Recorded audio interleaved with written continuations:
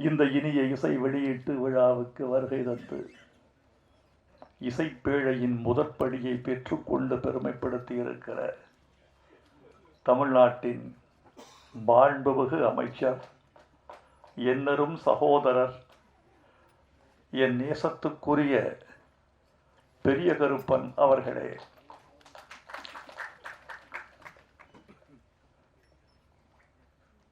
படக்குழுவை சார்ந்த நண்பர்களே, மேடையில் அமர்ந்திருக்கும் மேன்மைக்குரிய கலைப்பெருமக்களே, பாசத்திற்குரிய பத்திரிகையாளர்களே, ஊடக உறவுகளே, கலை உலகத்தின் முன்னணி முகங்களே, தாய்மார்களே, உங்கள் அனைவருக்கும் எனது அன்பான வணக்கத்தை தெரிவித்துக் கொள்கிறேன்.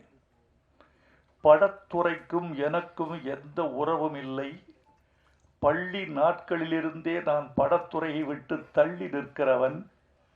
இன்று இந்த விழாவுக்கு வந்து நான் கலை உலகத்தோடு உறவாட வந்திருக்கிறேன். எனக்கு இது அந்நியமாக இருக்கிறது என்ற பொருளில் நம்முடைய மீசை அமைச்சர் இங்கு அற்புதமாக உண்மையை சொன்னார்.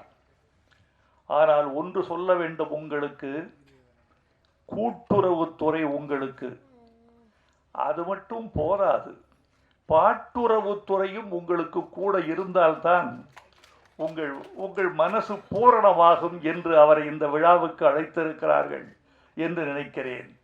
வேலுச்சாமி, விஷ்ணுபிரியா, சஞ்சனா சிங், ராகுல், இயக்குனர் காளிமுத்து, இசையமைப்பாளர் ராம்ஜி உள்ளிட்ட கலைஞர்களை நான் பெரிதும் பாராட்டுகிறேன்.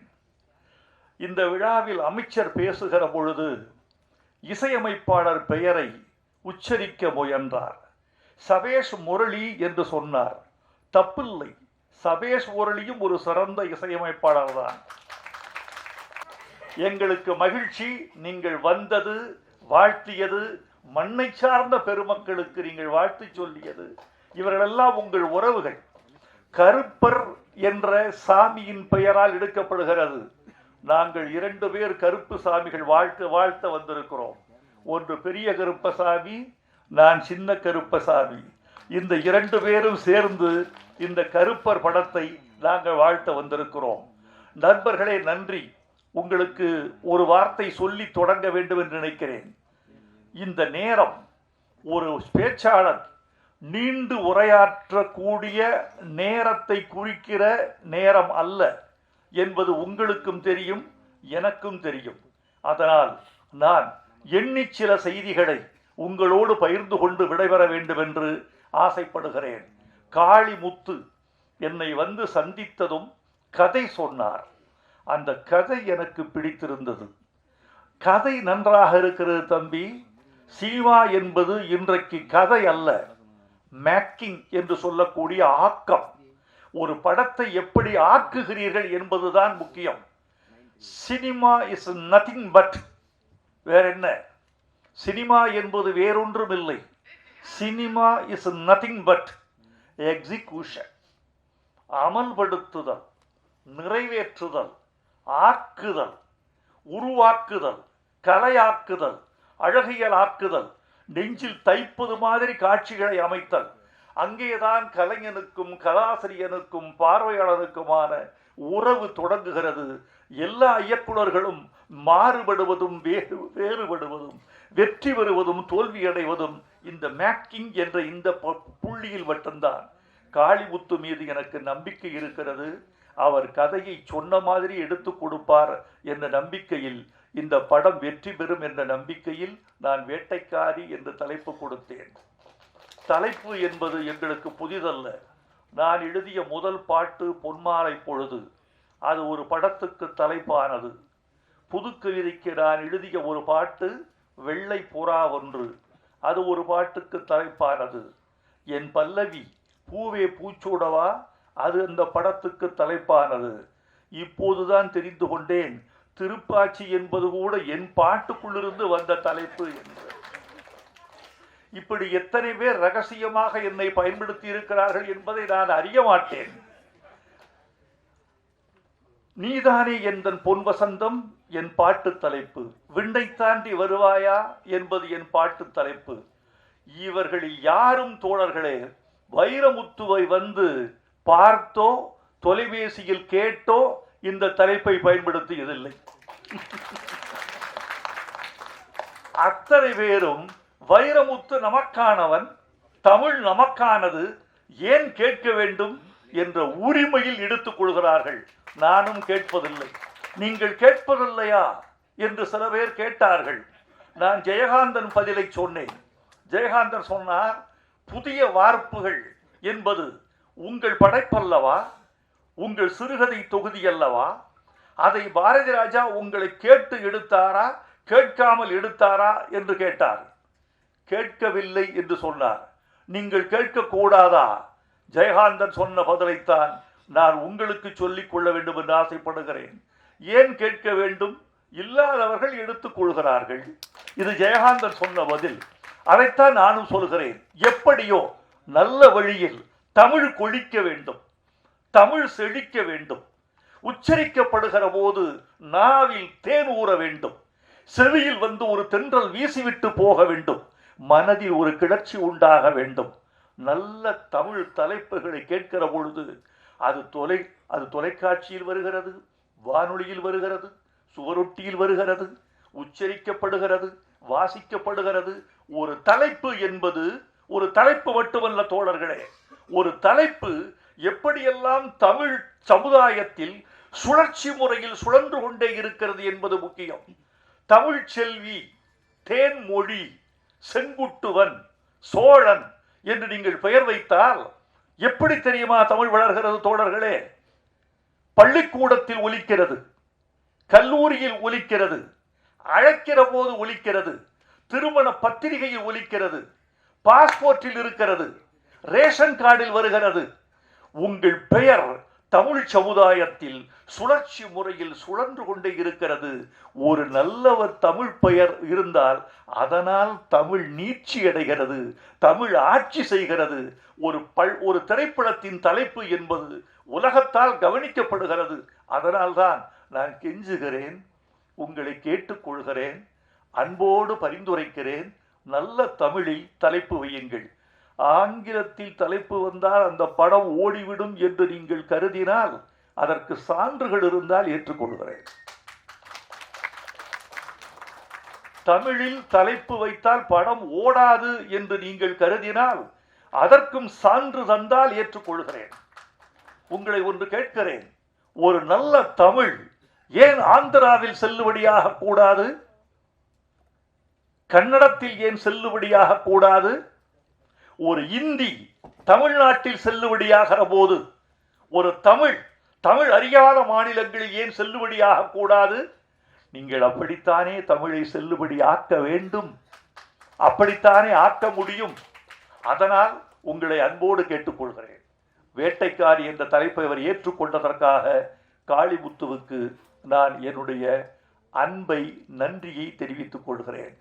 நீங்கள் கருதலாம், காளிமுத்து காளிமுத்து என்ற இந்த கிராமத்தான் என்னிடம் வந்ததும் முகத்தை பார்த்து, நிறத்தை பார்த்து, அவர் உடல் மொழியை பார்த்து, அவர் ஆடை அணிந்திருக்கிற அந்த அசுரத்தை பார்த்து இவரை ஏற்றுக்கொள்ளலாமா வேண்டாமா என்று நான் கருதவில்லை. இவனைத்தான் ஏற்றுக்கொண்டு ஆதரிக்க வேண்டும் என்று நினைத்தேன்.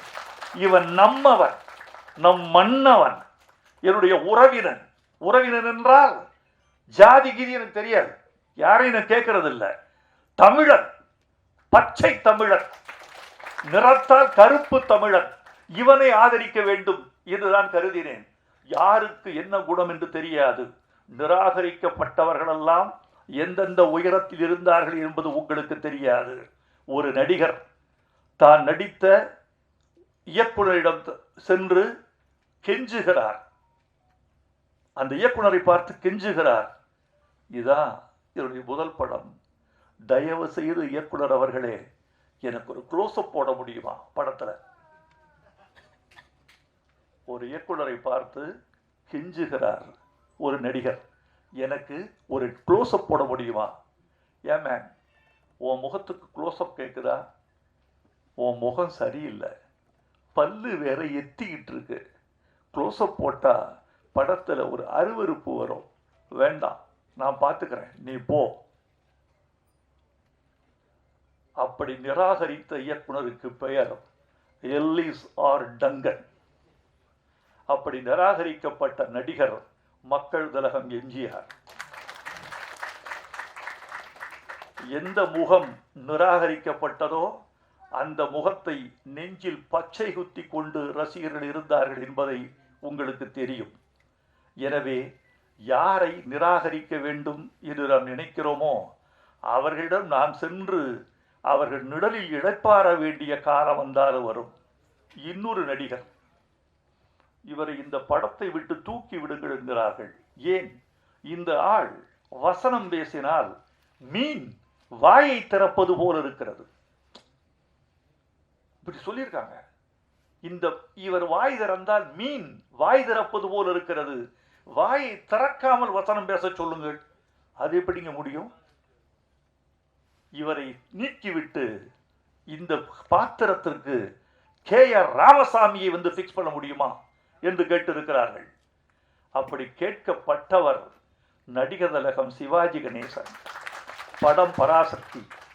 எந்த நடிகனை நீக்கிவிட்டு நீங்கள் வேறு ஆளை வைத்து படமிடுங்கள் என்று சொல்லப்பட்டதோ அந்த நடிகன் 50 ஆண்டு காலம் தமிழ் கலை உலகை சிம்மாசனமிட்டு ஆண்டு விட்டு போனான். யாரை யார் நிராகரிப்பது? காளிமுத்துவை நான் நிராகரித்தால் என்னை நானே நிராகரித்து விடுவதாக அர்த்தமாகிவிடும். ஒரு நடிகை, ஒரு இயக்குனர் தேடிக்கொண்டிருக்கிறார் ஒரு புதுமுகத்தை. ஒரு நடிகை வருகிறார். அந்த புகைப்படங்களை எல்லாம் ஒட்ட வைத்து பார்க்கிறார். இந்த கோணம் மறுகோணம், இப்படி பார்க்கிறார், அப்படி பார்க்கிறார். பெண்ணை வரவழைத்து பார்க்கிறார். பார்த்து விட்டு சொன்னார், பெண்ணே, இன்னும் சினிமாவுக்கான முக வெட்டு, முக கோணம் இன்னும் வரவில்லை. இந்த போட்டோஜெனிக் ஃபேஸ் இன்னும் உனக்கு வந்து சேரவில்லை. வருமா வராதா தெரியாது. இன்னும் ஒரு 5 வருஷம் கழிச்சு ஒரு போட்டோவை அனுப்பு. என்னுடைய கோணத்தில் அது சரியாக இருந்தால் உன்னை ஏற்றுக்கொள்கிறேன்.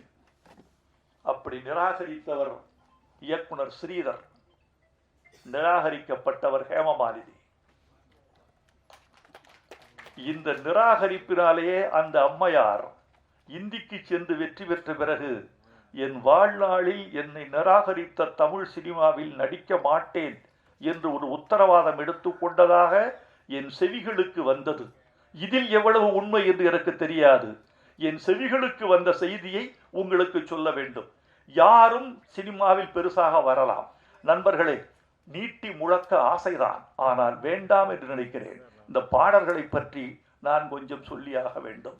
எவ்வப்பொழுதெல்லாம் ஒரு கவிஞன் தன் கவிதையை கொண்டு போய் பாட்டுக்குள் செருகுகிறானோ, பாட்டு என்ற சிம்மாசனத்தில் கவிதைக்கு எப்போது முடிசூடுகிறானோ அப்போதெல்லாம் தமிழ் பாட்டு உச்சத்தில் கொடிகட்டி பறந்திருக்கிறது.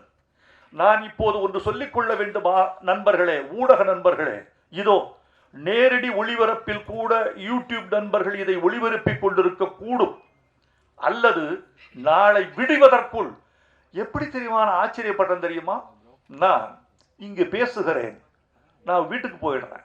நான் பேசுகிற பேச்சுக்கு அதிகாலை 6:15 வந்து விமர்சனம் வருகிறது, பாராட்டு வருகிறது. பூமாலையோ அம்போ அதிகாலையில் என் மார்பில் விழுகிறது. இவ்வளவு வேகமாக இருக்கு உங்க ஊடகம். உங்க ஊடகத்தை நான் பாராட்டுகிறேன். தயவு செய்து இந்த ஊடக ஆற்றலை நன்மைக்கு மட்டுமே பயன்படுத்துங்கள். தயவு செய்து இந்த ஊடகங்களை எங்கள் கலைஞர்களை மேம்படுத்த பயன்படுத்துங்கள். தமிழ்நாட்டின் விழுமியங்களை, தமிழ்நாட்டின் மேன்மைகளை, இலக்கியங்களை, நல்லியல்புகளை, இன்னும் செத்து போகாத நீதியை, இன்னும் தோற்று போகாத உறவுகளை, இன்னும் எங்கள் மூதோதையர்களை வழிபடக்கூடிய அந்த முன்னுரிமையை போற்றுவதற்கும் காப்பாற்றுவதற்கும் இந்த ஊடகங்கள் பயன்பட வேண்டும் என்று நான் கருதுகிறேன். இப்போது சொல்கிறேன், எவ்வப்போதெல்லாம் நல்ல பாடல்கள் வந்து தெரியுமா? கவிஞன் கவிதையை தொட்டுக்கொண்டு எழுதிய போதுதான். கவிஞர் கண்ணதாசன் ஒரு பாட்டு எழுதினார். வானம் அழுவது மழை எனும் போது, வையம் அழுவது பனி எனும் போது, கானம் அழுவது கலையெனும் போது கவிஞன் அழுவது கவிதையாகாதோ? வானம் அழுவது மழையெனும் போது, வையம் அழுவது பனியெனும் போது, கானம் அழுவது கலையெனும் போது கவிஞன் அழுவது கவிதையாகாதோ? இது ஒரு கவிதை, தூரத்தில் இருக்கு. இந்த கவிதையை எங்காவது ஒரு பாட்டுக்குள் வைக்க முடியுமா என்று கவிஞன் காத்திருக்கிறான். ஒரு நல்ல தங்க கட்டி கிடைத்தால் தன் மகளுக்கு எப்படியாவது அதை நகையாக்கி விட வேண்டும் என்று ஒரு தாய் துடிப்பது போல, ஒரு நல்ல கவிதை கையில் கிடைத்தால் அதை பாடலாக்கி விட வேண்டும் என்று ஒரு பாடலாசிரியன் துடிப்பான். அந்த துடிப்பு தான் கலை துடிப்பு. அதுதான் ஒரு மேன்மைக்கான ஒரு உத்தி. இவர் பாட்டார் கவலை இல்லாத மனிதன் ஒரு பாட்டு, சந்திரபாபுக்கு ஒரு பாட்டு, பிறக்கும் போதும் அழுகின்றான் பாட்டு. இந்த கவிதையை தூக்கி அங்க வச்சாரு. எப்படி வச்சாரு? இரவின் கண்ணீர் பனித்துளி என்பார், முகிலின் கண்ணீர் மழைத்துளி என்பார். இயற்கை அழுதால் உலகம் செழிக்கும், மனிதன் அழுதால் இயற்கை சிரிக்கும். அதை கொண்டு வந்து இங்க பந்தி போட்டார்.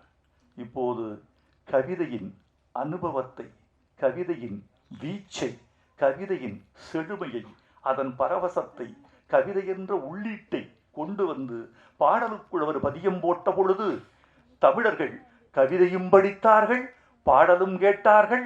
இது ஒரு கவிஞர் இந்த மண்ணுக்கு செய்கிற மரியாதை, அவன் கொடுக்கிற சீதனம், அவருடைய கொடை என்று நீங்கள் கொண்டாட வேண்டும். நான் சிந்து பைரவியில ஒரு வரி எல்லாரும் பாராட்டினீங்க. என் விதி அப்போதே தெரிஞ்சிருந்தாலே கர்ப்பத்தில் நானே கரைஞ்சிருப்பேரே. இந்த வரி வந்து ஒரு மகள் பெறப்பட்டவுடன் குப்பை தொட்டியில் வீசப்பட்டாள். இல்லெஜிட்டிமேட் சைல்டு, முறையற்ற வழியில் பெறப்பட்ட குழந்தை. அவர் கூட்டி போயிட்டான். குழந்தை சாகல, வளருது. குழந்தை வளர்ந்து வளர்ந்து வளர்ந்து தாயை கண்டுபிடிக்குது. அந்த தாய் முன்னால ஒரு பாட்டு பாடுது அந்த குழந்தை. பாலச்சந்தர் என்ற மகா கலைஞனுடைய கதையில் ஒரு எவ்வளவு முக்கியமான செய்தி. காளிமுத்து போன்றவர்களுக்கு, நம்முடைய பேரரசு போன்றவர்களுக்கு இப்போ ஏன் நல்ல பாட்டு வரலன்னு நீங்க நினைக்கிறீங்க? சொல்லுங்க பார்ப்போம். இசைக்கு பஞ்சம் இல்லை, மொழிக்கு பஞ்சம் இல்லை, இயக்குநர்களுக்கு பஞ்சம் இல்லை, தொழில்நுட்பத்திற்கு பஞ்சம் இல்லை. எதற்கு பஞ்சம் என்றால், பாடல்களை உட்கார வைப்பதற்கு உங்க கதையில் இடுப்பு இல்லை தம்பி. இந்த குழந்தை எங்க உட்கார வைப்பீங்க? உங்க இடுப்புல உட்கார்ந்தா அந்த குழந்தை வழிக்கு விழுந்து செத்தே போகும். உட்கார இடம் இல்லை.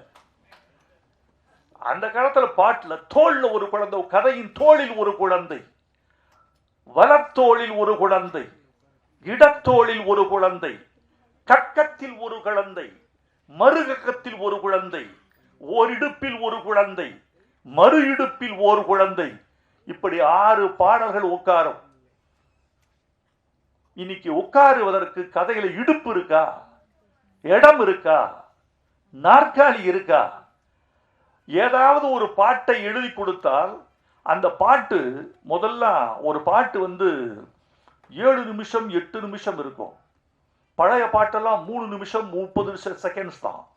இப்போ ஒரு பாட்டு 5 நிமிட பாட்டை 5 நிமிடத்திற்கு பயன்படுத்துவதற்கு உங்கள் கதை அனுமதிக்கவில்லை.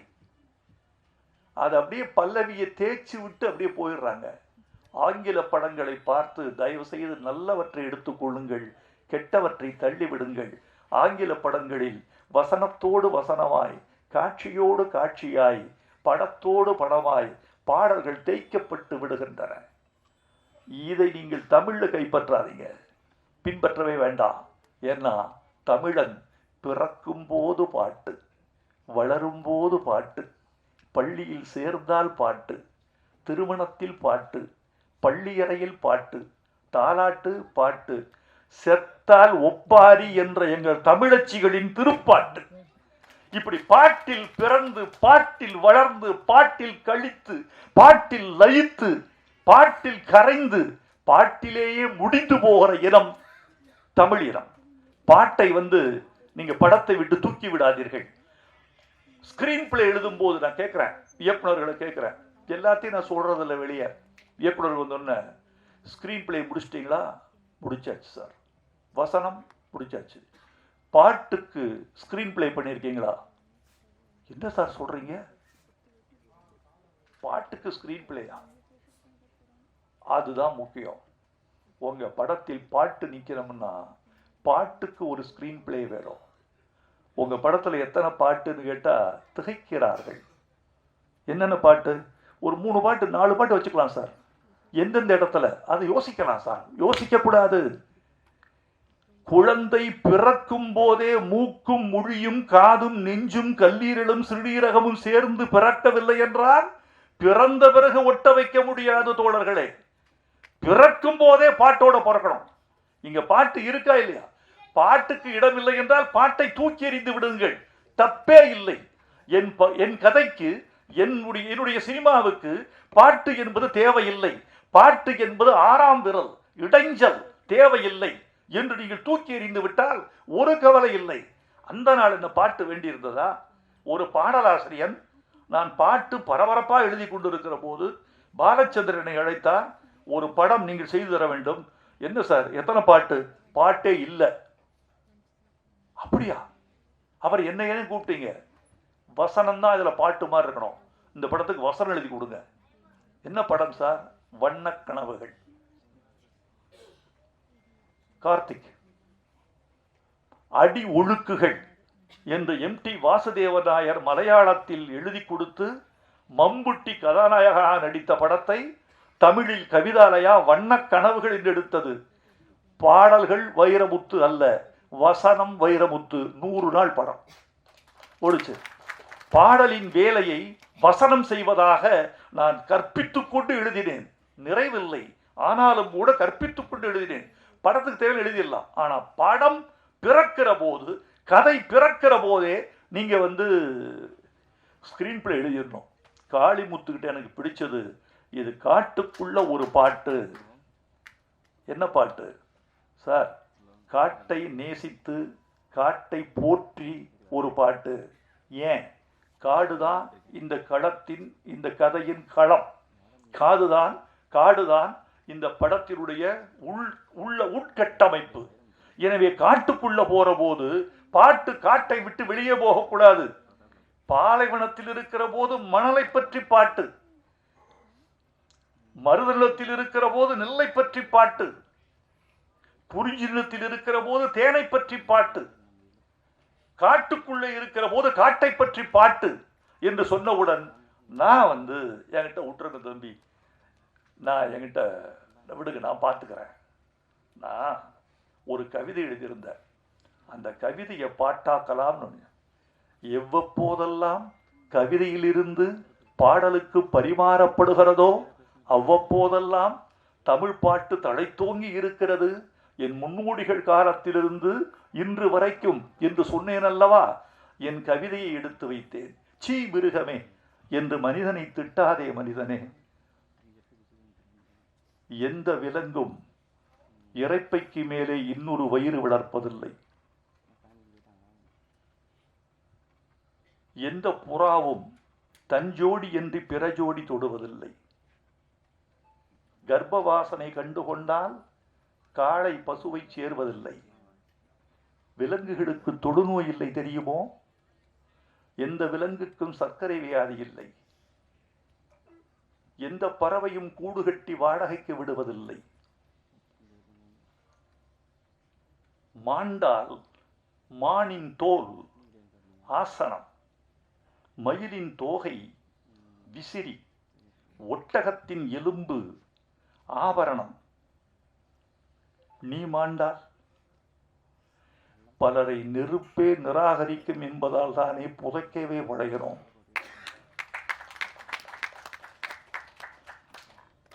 காட்டுக்குள் மதம் இல்லை, காட்டுக்குள் மூட நம்பிக்கை இல்லை. அங்கே யானையின் காலில் யானை விழுந்ததாய் தகவல் இல்லை. அங்கே நெருப்பு கோழி கூட தீ மிதித்ததில்லை.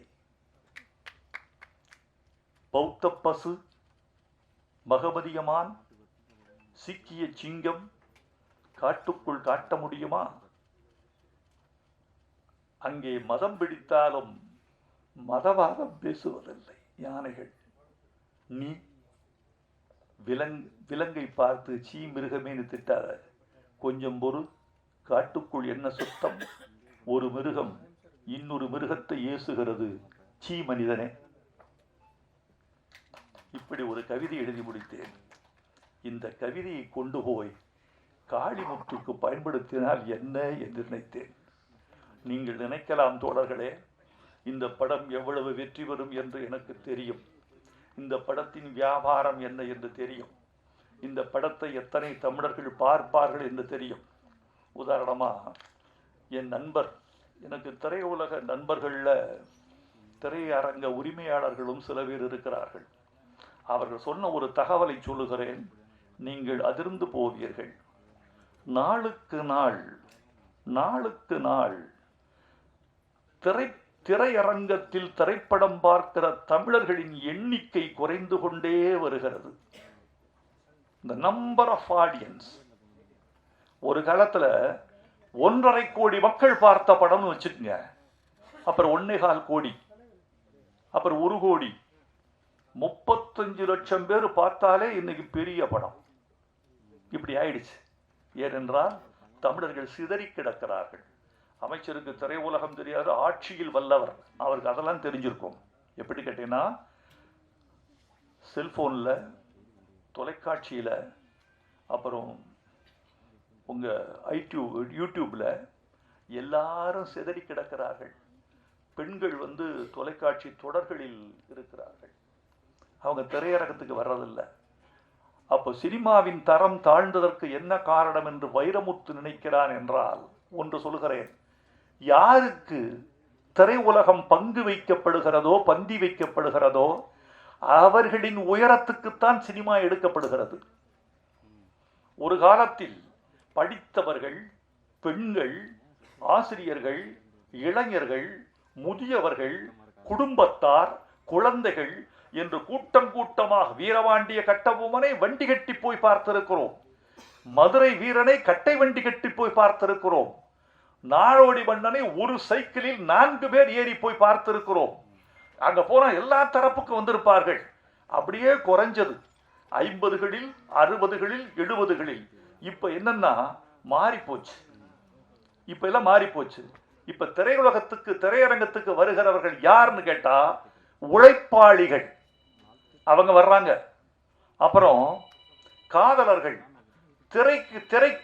திரை எங்கு இருக்கிறதோ அதற்கு எதிர்ப்புறமாக திரும்பி உட்கார்ந்து கொள்கிற காதலர்கள் வருகிறார்கள். சினிமா இங்க ஓடிக்கிட்டு இருக்கு, அவங்க படம் அங்க ஓடிக்கிட்டு இருக்கு. இவர்கள் வருகிறார்கள். இவர்கள் சினிமாவை 2 நாற்காலிகளுக்காகவும் அந்த ஒலிகளுக்காகவும் தான் நேசித்து திரையரங்கத்துக்கு வருகிறார்கள். சொல்ல போனா இந்த சம்மர்ல திரையரங்கத்தில் கொஞ்சம் கூட்டம் வந்தது. ஏன்னா ஒரு 50 ரூபா கொடுத்தா ஒரு 2 மணி நேரம் ஏசியில் இருந்துட்டு வந்துடலாம், அதற்காக வருகிறார்கள். இப்ப இந்த பாட்டாளிகளின் உயரம் என்ன, இந்த காதலர்களின் தேவை என்ன, இதுக்கு தான் சினிமா, இதுக்கு தான் ஸ்கிரிப்ட், இதுதான் வசூல் என்று வருகிறது. சினிமாவின் நிலைமை கவலைக்கிடமாக இருக்கிறது. சினிமா தன்னுடைய ஊடகங்களை மாற்றி கொண்டிருக்கிறது. சினிமா தன்னுடைய தளங்களை விட்டு நகர்ந்து கொண்டிருக்கிறது. இந்த நேரத்தில் பழைய ஃபார்முலாக்களை விட்டு புதிய தளத்தில் சினிமா இயங்க வேண்டும். ஒன்று சொல்லிக் கொள்கிறேன், சினிமா மாற்றம் பெற்று கொண்டிருக்கிறது என்று சொல்கிறேனே தவிர, சினிமா தளத்தை மாற்றிக் கொண்டிருக்கிறது என்று சொல்கிறேனே தவிர, சினிமா அழிந்துவிடும் என்று ஒரு நாளும் நான் நம்ப மாட்டேன், ஒரு நாளும் சொல்ல மாட்டேன். மனிதன் இருக்கிற வரைக்கும் சினிமா இருக்கும், அதன் வடிவம் வேறு இடத்தில் இருக்கும். சினிமா என்பது மனிதனின் கலை தேவை. ஒரு கலை தேவை இருக்கிற போது அந்த கலை தேவையை சினிமா வெவ்வேறு வடிவங்களில் தன்னுடைய சேவையை தொடர்ந்து கொண்டே இருக்கும். சினிமா இருக்கும், வடிவம் மாறும். மாறுகிற வடிவத்தை புரிந்து கொண்டு, மாறுதலின் தேவையை புரிந்து கொண்டு எங்கள் கலைஞர்கள் நடைபோட வேண்டும் என்று நான் விரும்புகிறேன். இதைத்தான் நான் சொல்றேன். இந்த கவிதையைத்தான் இந்த பாட்டுக்குள்ள வச்சேன். நாட்டுக்குள்ள மனுஷனுக்கு மிருக வேஷம் பொருந்தி வரும். ஒருத்தன் புலி வேஷம் போட்டு ஆடுவான், சிங்க வேஷம் போடுவான், பறவை வேஷம் போடுவான். நாட்டுக்குள்ள மனுஷனுக்கு மிருக வேஷம் பொருந்தி வரும், காட்டுக்குள்ள மிருகத்துக்கு மனுஷ வேஷம் பொருந்தாது. கூடு கட்டி பறவைகளோ வாடகைக்கு விட்டதில்லை, விலங்குகளோ காட்டுக்குள்ள பட்டா போட்டு வாழ்ந்ததில்லை. மதம் பிடிச்ச யானைக்கும் மதவாதம் சொன்னதில்லை, சைவ புலி பௌத்த பசு காட்டுக்குள்ள கண்டதில்லை. பேரரசு சொன்னாரா, அமைச்சர் சொன்னாரா, மேடு பள்ளம் இருந்தாலும் அசிஸ்டன்ட் கமிஷனர் சொன்னீங்க அழகா, மேடு பள்ளம் இருந்தாலும் சமதர்மம் காட்டுக்குள்ள, சமவெளியில் வாழ்ந்தாலும் மேடு பள்ளம் நாட்டுக்குள்ள. இதை சொல்லுகிற போது அனுபவம் வருகிறது. சாலைகளில் போகிற போது வைரமுத்து சொன்ன வரி நினைவுக்கு வந்தால் அதுதான் வெற்றி. பேரரசுங்க ரொம்ப அழகா சொன்னாரே, ஒரு அழகான விஷயம். திரையில் பாட்டு ஓடிக்கொண்டிருந்தது, ஆண் குரல் வந்த பொழுதே எனக்கு ஒரு பெண் குரல் வந்தது. எதுன்னு தெரியல, திரும்பி பார்த்தா என் பக்கத்தில் உட்கார்ந்திருந்த கதாநாயகி அந்த பாட்டை பாடி கொண்டிருந்தார். பரவாயில்லமா, உங்களுக்கு நீங்க தாய்மொழியை பஞ்சாபியாக கொண்ட ஒரு பெண் தமிழ் பாட்டை மனப்பாடம் செய்து கொண்டு தாளில்லாமல் பாடினார் என்கிற போது இதுதானம்மா ஒரு பஞ்சாபி பெண் தமிழ் பாடுகிற போது தமிழுக்கு கிடைத்த வெற்றி என்று தான் நினைக்கிறேன். இப்படித்தான் சின்ன சின்ன ஆசைய பட்டாளத்துல, இராணுவத்துல ஒரு பக்கம் மலையாளிகள், ஒரு பக்கம் பஞ்சாபிகள், ஒரு பக்கம் வங்காளிகள், கொஞ்சம் தமிழர்கள் எல்லாரும் இருந்திருக்கிறாங்க. அப்ப சின்ன சின்ன ஆசை ஓடிக்கிட்டு இருக்கு. அப்போ அது அப்படியே இந்தியில் மொழிபெயர்க்கப்பட்டு சோட்டி சோட்டி ஆஷா அப்படின்னு வந்தது. இப்ப இந்தி பாட்டும் இருக்கு, தமிழ் பாட்டும் இருக்கு, எல்லாம் பாடிக்கிட்டு இருக்காங்க, சோட்டி சோட்டி ஆசா பாடுறாங்க. அப்ப சொல்லியிருக்காருங்க, வங்காளிகளும் மராட்டியர்களும் சேர்ந்து, அப்பா எனக்கு அந்த இந்தி பாட்டு வேண்டாம், அந்த ஒரிஜினல் பாட்டு வேணும், எனக்கு தமிழ் எங்களுக்கு புரியுதோ இல்லையோ தமிழ் ஒலி காதுக்கு கேட்கணும், அந்த ஒரிஜினல் தமிழ் பாட்டை பாடு, சின்ன சின்ன ஆசைன்னு பாடு. I want to enjoy the sounds of Tamil. நண்பர்களே, மிக்க மகிழ்ச்சி. இன்னொரு சந்தர்ப்பத்தில் இன்னும் பேசுவேன். நான் விடைபெறப் போகிறேன். எல்லாருக்கும் வாழ்த்து சொல்ல போகிறேன். இந்த கலை குழு வாழ்க. வேலுச்சாமி நீங்கள் வாழ்க. விஷ்ணுபிரியா நீங்க தாமா தயாரிப்பாளர், வாழ்கம்மா. வேலுச்சாமி வாழ்க. உங்கள் மீது அமைச்சர் அவ்வளவு பேரன்பு வைத்திருக்கிறார், அவருக்கு நீங்கள் நன்றி சொல்ல வேண்டும். வந்திருந்த பெருமக்கள் வாழ்க, கலைத்துறை நண்பர்கள் வாழ்க, ஊடக நண்பர்கள் வாழ்க. தயவு செய்து இந்த பேச்சில் எதையும் சர்ச்சையாக்கி விட வேண்டாம் என்று கேட்டுக்கொள். ஒன்று மட்டும் சொல்லிக்கிறேன். ஜவஹர்லால் நேரு அமெரிக்கா போயிருந்தாரு. டைம் அங்க இருந்து அமெரிக்கன் டைம்ஸ் பத்திரிகையாளர் கேட்டாங்க, நேரு ஒரு கலா ரசிகன் என்பதை அவர்கள் அறிந்திருக்கிறார்கள். ஜவஹர்லால் நேருவை பார்த்து ஒரு நிருபர் கேள்வி கேட்டார், இந்திய பிரதமருக்கு அமெரிக்காவின் இரவு விடுதிகளுக்கு செல்லும் ஆர்வம் உண்டா? கடைசி கேள்வி. அடிச்சார் நேரு. நம்மால நேரு அறிவாளி, உலக வரலாறு எழுதியவர். அவர் சொன்னார், அப்படியா, அமெரிக்காவில் இரவு விடுதி கூட இருக்கிறதா? அப்படி அடிச்சாரு. மன்னா பத்திரிகை செய்தி, அமெரிக்காவில் இரவு விடுதி இருக்கிறதா, இந்திய பிரதமர் ஆர்வம்னு போட்டான். சர்ச்சையை நீங்கள் உண்டாக்க முடியும், தயவு செய்து சர்ச்சையை உண்டாக்கி விடாதீர்கள். உங்கள் சர்ச்சையை எங்களால் சமாளிக்க முடியாது. நன்றி, வணக்கம்.